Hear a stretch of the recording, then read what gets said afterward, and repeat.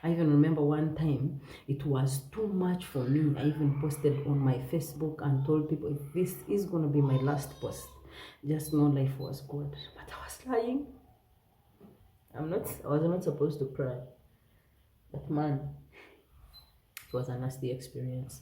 Can I get one more chance? Just one more chance. Just one more chance. The only thing I was asking God for was, can I just get one chance to go in labor where, give birth to my child, look at her for just one time.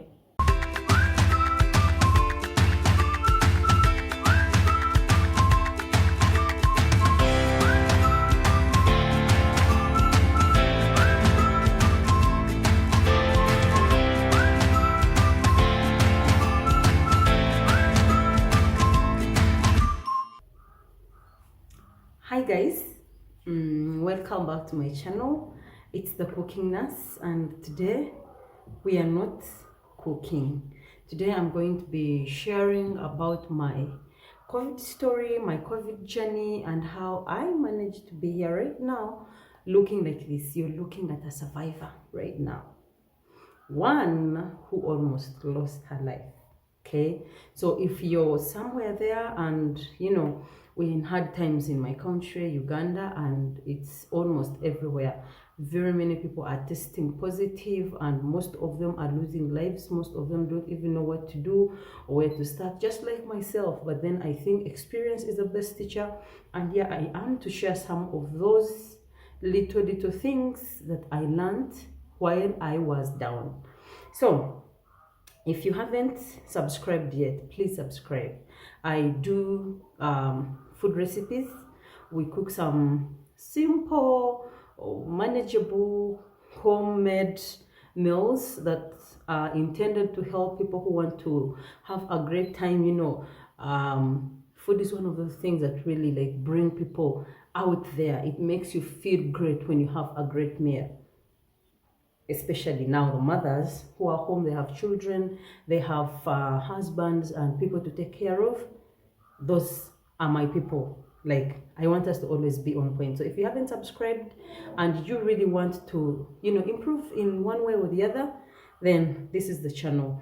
And you share this video just in case you hear something or pick some point that you think a friend would need or would use on either of the friends that are down with this deadly virus. Also, I'd love to inform you that it's gonna be long, okay? About 10 to 15 minutes. So please watch until the end, but then grab yourself a cup of coffee, tea, a glass of water, wine, anything that you feel comfortable with. My name is Tumhim Sharita once again, and I am the cooking nurse. So here is the story. First of all, I am 6 months pregnant, which puts me in a position of being vulnerable. So my immunity naturally is going to lower because I am sharing everything with my unborn child. So this one Thursday, actually Wednesday, I wake up and I'm not feeling so fine. I'm not feeling so great. So I told my husband about it, and he was like, no, it's okay. It's dust everywhere. I also was down before, and it's really nothing to worry about. So I was like, okay, but I don't feel great. It's been long. I don't usually get this week with small cough and flu. Colds generally, they don't put me down. But then this was different. So on Thursday, I stayed a bit so sluggish. I was home. I was not feeling so fine. But then I work, so I had to check out some things. The weekends are almost the busiest times, so I always have to be up and down getting things together. And then he was about to come, so I was home on Friday. I couldn't be able to go to work, so I was home. And then Saturday, I wasn't feeling so great. I wanted to go do my hair for the very first time in how many months. So I just went to the salon, sat down, and I wasn't feeling so easy. So I came back.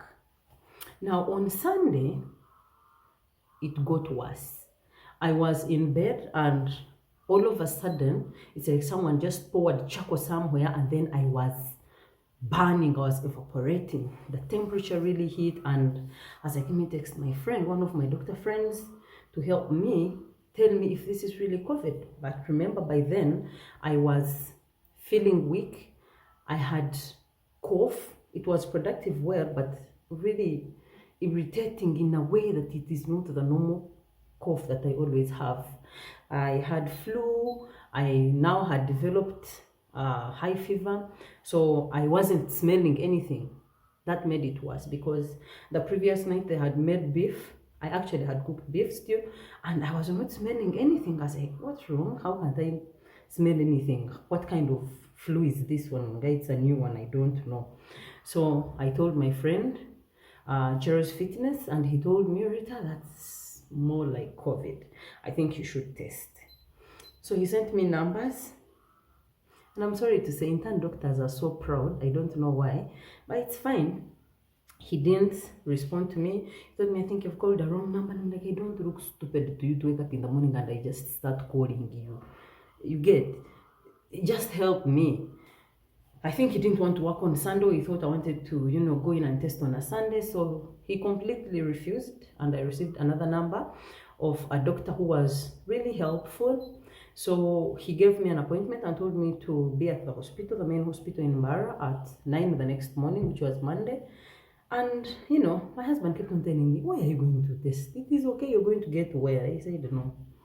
I think sometimes we need to trust our guts. Most times, if I had not tested, I may have died in here, or maybe given a lot of other people the virus. So I reached there. The line was so long because, free things in Uganda and everything. So I stood for a long time. Remember, I don't have so much strength. So I started crying. I'm a crybaby, I know. Bigger. So I started crying and my breathing completely deteriorated. Like it went from up to completely zero. So that guy saw me and they're like, oh my God, when did the dyspnea start? I think she needs attention. You're pregnant. Jesus Christ. So they took my sample first, and this guy, doctor, told the other people, I think this babe needs oxygen because I was not breathing so well. So they put me up in the ICU. Luckily enough, there was space, although not so much space because an old woman had to be removed for me to be put. So I was put on oxygen for a few hours and then I picked up. So my supply was good, but then every time I inhaled cold air, like let's say I go for a short call, it got worse. I could not breathe, not enough air was getting into my lungs, and it was really a bad experience. So I was in ICU for that whole day. In the night, I saw people who were really badly off, people who were just trying to breathe in some little bit of more oxygen to see the next second. So I was just there, pregnant, no appetite, can't smell, in an ICU where everyone else is covered up except for you, the patient. You're not sure if you have COVID, remember.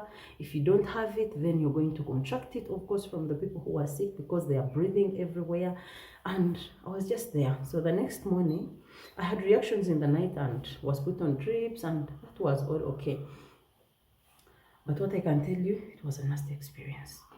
Because I remember that night, at around midnight, I got reactions around my abdomen and the back. I was scratching myself. So I told my aunt, who was my attendant, and I am not feeling fine. I've tried to conceal this, but it's getting out of hand. It's increasing. So she went and talked to the nurse who was on duty. And the nurse came and said, oh, you guys don't have anything. You don't have a cannula. You don't have anything. You're just here. Do you know how tired I am? I am so tired that right now I cannot. I don't want to even be doing nothing right now. Just tell me if you're drinking any concoctions or anything. I was like, sister, look here, I am here. I've been confined here the whole day. I've not been able to even access hot water, so I've not taken anything. If I'm reacting, it's either the oxygen or the multivitamins that I took during day and the antibiotics. So she was like, okay. She looked around. One of the patients gave me a cannula, and then she was able to find someone to send. They got me a cannula and put me on a trip, and I got better. So in the morning at around midday, this one doctor comes and says, your oxygen is really good, the supply is good. We think you should go home instead of staying here and contracting more infections. I said, that is perfect. This place is not it. The food is bad, first of all, for someone who loves to eat. How much I don't have appetite. So when I don't have appetite, then don't serve me rubbish food, because these guys were buying food, or my house help was cooking at home sometimes and sending me really bad food. I'm sorry, Sharon.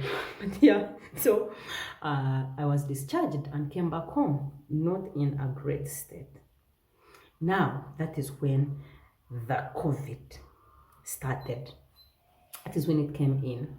So I reached home. My son, who is about 1 and 9 months, was coughing. He had a flu. So we were using home remedies, herbs and everything. And then we bought him some antibiotics. We bought multivitamins and everything. And I was isolated. I was put in the bedroom, and only my husband could access me. When unfortunately my mom came in, because, you know, parents always big-headed. Only daughter down, was on oxygen, bad state. So she came in, and as I speak right now, she's down, but I hope she gets better. Yeah. So that is when the saga started. COVID hit me in a way that if my husband was not around, I would be dead by now. Because I remember I could not drink properly anything, or just get up to pick something from the drawer, or just mix myself some tea. So he was always there. In the evening, he would come change my beddings, soak them up, take me to the bathroom, wash me, bring me back, and, you know, make sure I sleep. He would check me at almost every 2 hours. So I got worse even when I was taking antibiotics, when I was taking concoctions, when I was steaming, drinking all the hot water and everything. So my aunt, who is a health officer, realized I was not getting better even when I was supposed to be getting better. So she was like, I think you should have some IV antibiotic. So she prescribed ceftriaxone.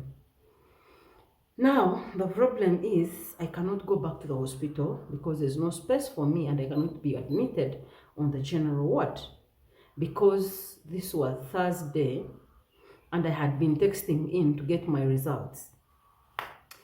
So the results came in at around 1:30 in the night, and because I was always up, because I kept on fearing, every time I slept I would get nightmares. There were so many re-IPs on people's statuses. The internet was crazy. People were dying. There are people even who died after I left the hospital. There are people who died when I was still there. So I would get nightmares, and at night when the rest of the people would go, I would just stay up, just make sure it comes when I'm seeing. So the results came in and they were negative. Now in the morning, I realized the results they had sent me were backdated. I tested on the 7th of June, and then these results, which bear my name and an age that is not mine, because then that person was Tumhim Serita, age 25, tested on the 14th of May. I am Tumhim Serita, age 26, tested on the 7th of June. So I asked this person, how come my results are backdated? Is this a system that you guys are doing? Like, you want to come systematically, or something is wrong? He kept quiet. I kept on asking because I was not feeling fine. I told you, there's always that instinct in you that tells you this is not right. So I have a friend who works in some NGO. I tapped on him and I was like, man, this is what I received, and I don't think it is the right thing, because I fear terrible. So I was like, okay, give me your details. I gave him the details, I read details, and he's like, oh, you're the one who tested on 7th. I was like, yes. He's like, I'm so sorry, your results are not good, and I need you to be strong. I was like, man, I have been strong for enough time. I'm down right now. I'm down. If I'm to get scared, I've already been scared, and I'm almost dying. So let me die when I know why I'm dead. So he sent me a picture of my results in their system, and they were positive. So I was like, okay, fine. At first, I was scared. I was like, okay, now everyone I've come in contact with, my husband, my son, our house help, my mother, my aunt, almost everyone, my friend Ashraf was coming around, who first saw me when I was in the hospital. Everyone who came around, now they are going to be positive. If they are not as strong as they should be, because then they have been in contact, however much they've been in masks, a virus which you cannot know where it lands, you cannot see, it's a microorganism, anything can happen. So I called some of the friends I knew. I called my friends, I told actually especially that one, and told him, don't come back to see me. I am positive, I tested positive. I called at work, told them I tested positive. And then, of course, the people in my house had already known, I told them. So they were sanitizing everywhere, washing my linen almost every time, using Dettol and sanitizer, and we were doing only hot stuff in the house. No sugar and everything. Now, back to the medicine. Remember, this is like the 3rd day. No one from the hospital is checking in. I kept on sending in the messages. I would give them an update because I reached a time where I was coughing blood and my chest was really tight. I had a very painful rib cage, in that even touching like this would be so painful. I would ask my husband to soak a towel in water, put in this robe, that robe we use for pain. Old people use it. I don't know, chapambalasi. Put some, and then try pressing me, because I was taking paracetamol and it was not helping. And then I can't overdose. I have a child in my stomach who's walking every now and then. So it was a nasty situation. But then I have a neighbor who is a doctor. Yeah, who's a doctor and almost in charge, close to that team that deals with those people. So I was like, okay, now if my aunt has prescribed this drug, I'm the only medic in this house, I cannot inject myself because I fear needles to death. I was like, I cannot inject myself to, administer 20 mils of a medicine, of a drug. But this guy could help. Maybe he could wear gloves. We had sets of gloves here and masks and everything, and then pass for me a line. The mixing and everything I can put when I have an IV line. So I text him, I tell him.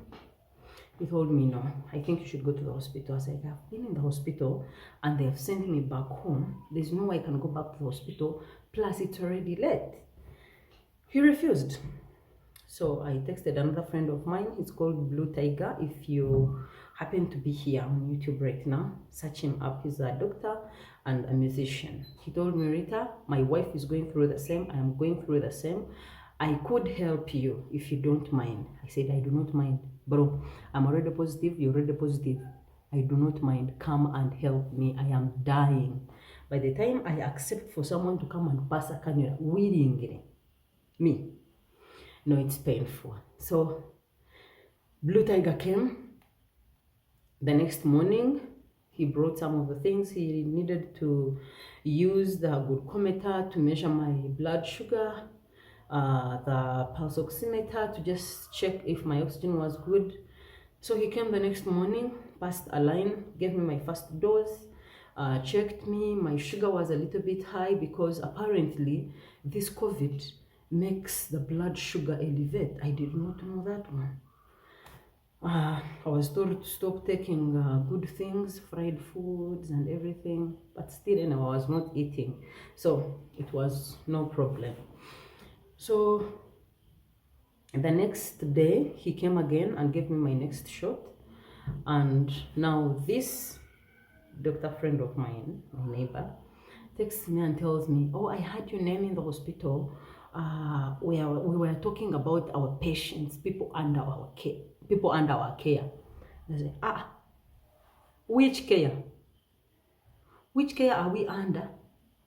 You tested me on the 7th. I was positive. You had admitted me on oxygen. You sent me home the next day. I am pregnant. Well, that is none of your concern. Of course, it does not concern if I'm pregnant or I die or I live. But then now my concern is, how am I under your care? When you knew I was dying in the house and none of these people in the hospitals called in to check if I was getting any better, or the medicine was working, or the concoctions were working, or my breathing had stabilized, and now I'm under your care. Does not make sense. It doesn't add up. So shut up, okay? Like, back off. So the other doctor friend of mine kept on helping me. Well, up to now, fast forward, none of the people in the hospital has called to, ask about anything. If I am well, if I'm not well, if I improved, if I didn't improve, if I died or I did not die. So probably, maybe I'm under the cases that died. But fortunately, I did not die, and I am here. I'm doing much better. I've been in my house for about, I think, 15 days or so.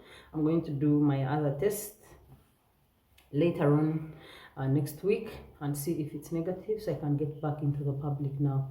But then still, the medication, I think that injection helped me a lot, because on the second dose, then I was able to get up. I even ordered pizza from Pinnacle. I ate it.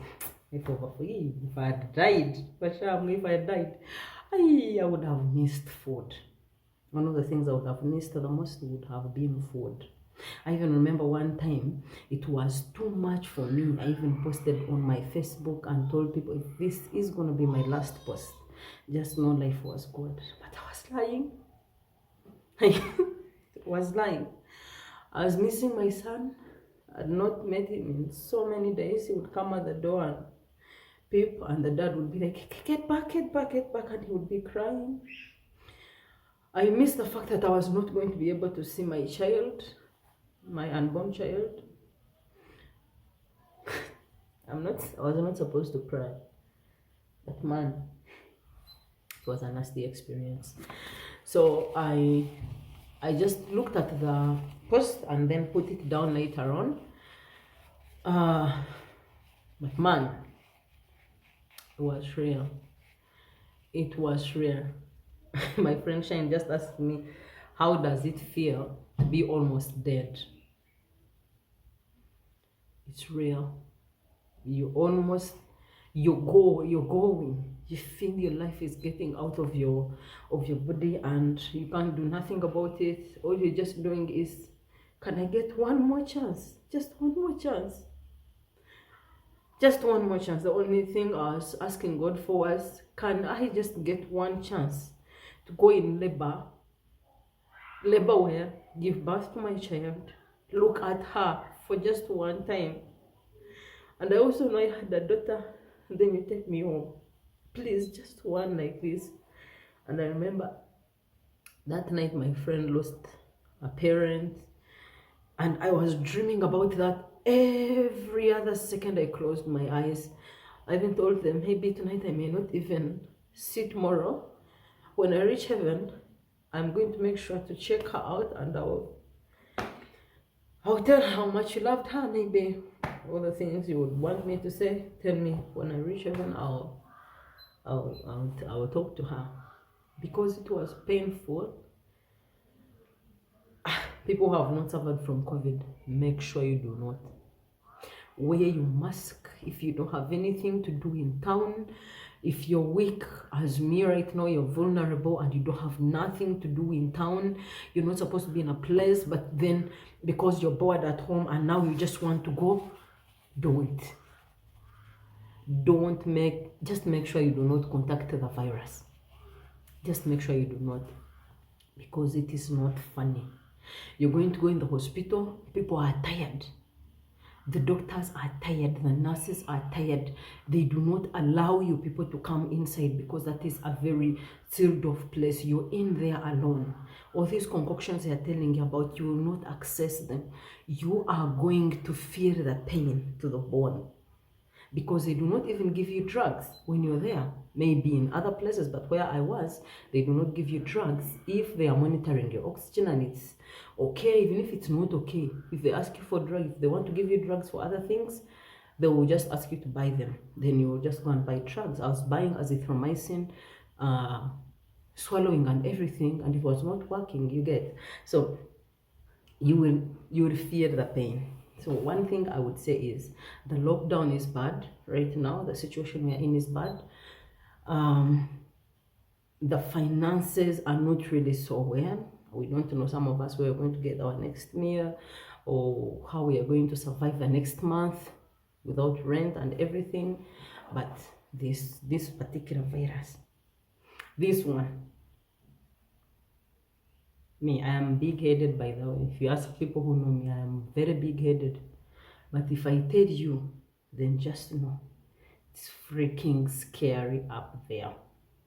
Stay at home, wash your hands, sanitize, disinfect if you have to go to work, wear your mask, and make sure you observe all the SOPs. Make sure you do not contact the virus, do not contract it.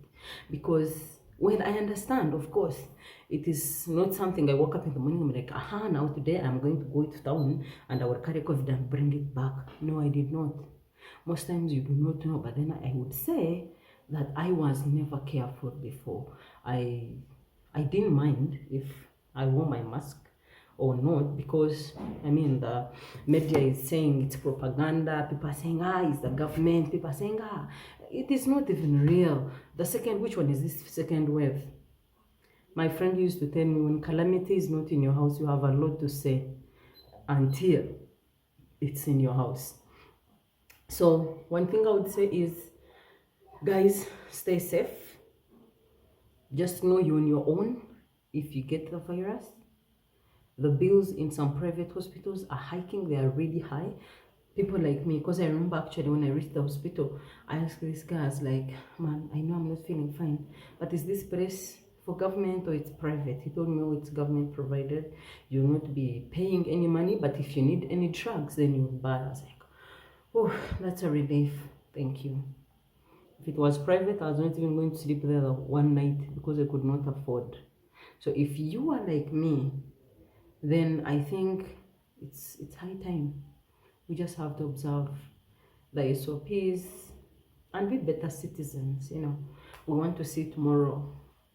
I thank God that He gave me a second chance, and I am here. I don't know what tomorrow holds, but at least now I play with my son. The other night I was able to cook. I got out of my quarantine and I was able to make meals for my family, and they were like, oh my God, if you had died, how would life be like without good food? We were tired, man. They were cooking rubbish.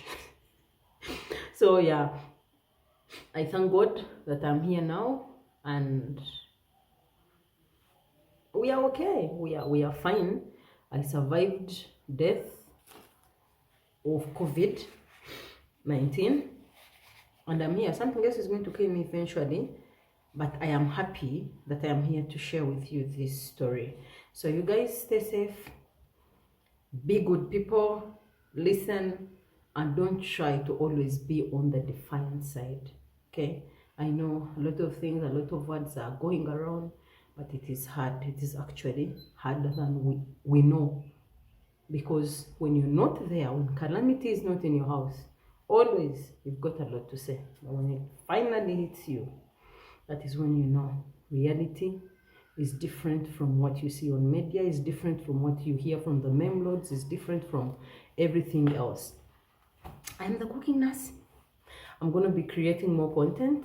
We're going to be going more live and everything. We're going to be sharing more, because I mean, in just a blink of an eye, I was dead, and here I am. Glory to God. So we're going to do a lot more. So if you haven't subscribed, please subscribe. Share this video with your friends, those ones who you think would need some of the information. Give it a thumbs up, leave me a comment. Let's chat, let's make the comment section busy.